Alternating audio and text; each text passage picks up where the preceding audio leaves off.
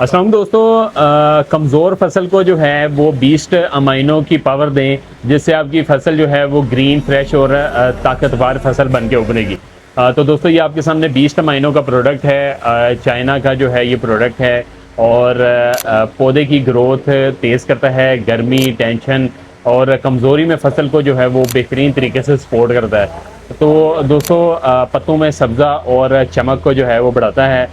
20 amino जो है फल फूल के गिरने को भी कम करने में मदद करता है। स्प्रे के बाद फसल जो है बहुत जल्द रिकवरी की तरफ जाती है। 20 अमाइनो के इस्तेमाल से जड़ों को ताकत देता है और गजाइत जज्ब जो है वो बेहतर तरीके से करता है। फिर जितनी भी सब्जियात हैं, बागात हैं, गंदम, मकई, धान, हर फसल के लिए जो है वो 20 अमाइनो बहुत ही ज़्यादा मुफीद है।